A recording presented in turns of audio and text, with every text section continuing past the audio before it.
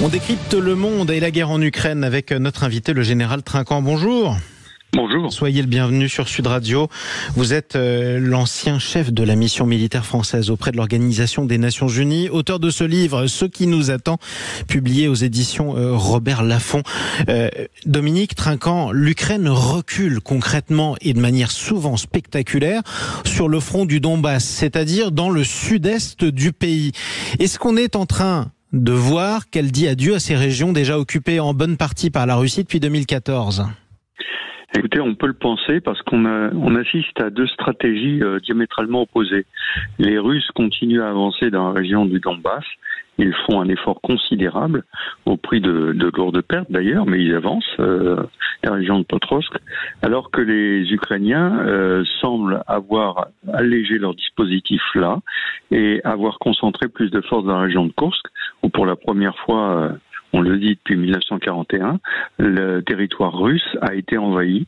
Et dans cette région-là, ils ont à la fois saisi du terrain, mais aussi beaucoup de prisonniers, et fait un certain nombre de pertes à l'armée russe qui a du mal à se réorganiser dans cette région-là. Oui, donc on a l'impression qu'il y a vraiment deux stratégies opposées. Deux stratégies opposées. Le seule différence, c'est que face aux Ukrainiens, il y a malgré tout quelques défenses russes dans le front de Kursk, alors que dans le front du Donbass, pour le coup, on a du mal à voir ce qui peut arrêter les Russes.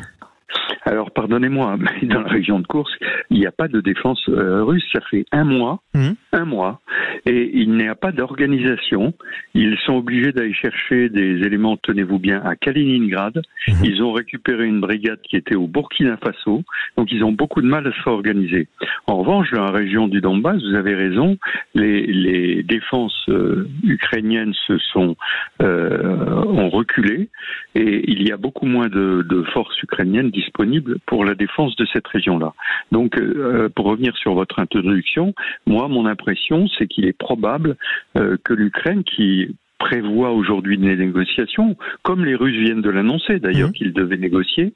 Dans la prévision de ces négociations, l'Ukraine semble faire une croix sur une partie du Donbass qui, il faut le rappeler, a été déclarée comme annexée à l'État russe en septembre 2022. Effectivement, donc l'Ukraine sacrifie une partie de son territoire, c'est l'impression que ça vous donne, pour négocier prochainement, alors même que Vladimir Poutine y semble ouvert. C'est ce qui pourrait se passer.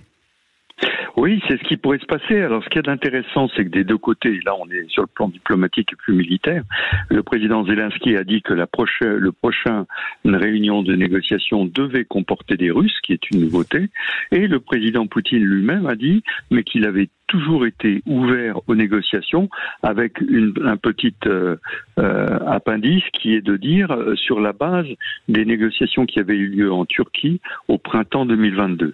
Effectivement. Pourtant, hier, le président ukrainien Volodymyr Zelensky, en visite en Allemagne, a imploré les Occidentaux à lui donner davantage d'aide militaire, notamment de l'aide du matériel anti-aérien. On ne peut pas dire que l'Ukraine se prépare à arrêter la guerre tout de suite.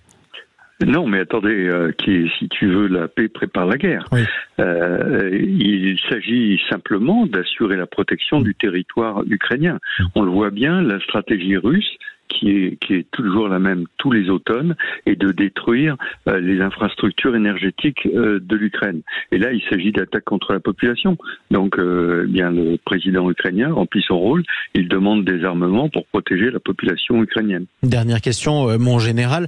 Le président Zelensky qui procède à un remaniement ministériel cette semaine, est-ce qu'il est politiquement de plus en plus isolé en Ukraine ? Écoutez, c'est très difficile à percevoir. Ce qui qu'il est possible de percevoir en revanche, c'est qu'il se lance dans une grande opération préparant les négociations.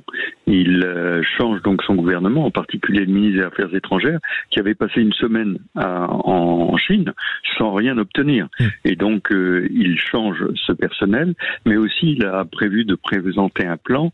La semaine prochaine, à New York, se tiendra l'Assemblée générale des Nations Unies, où il se rendra.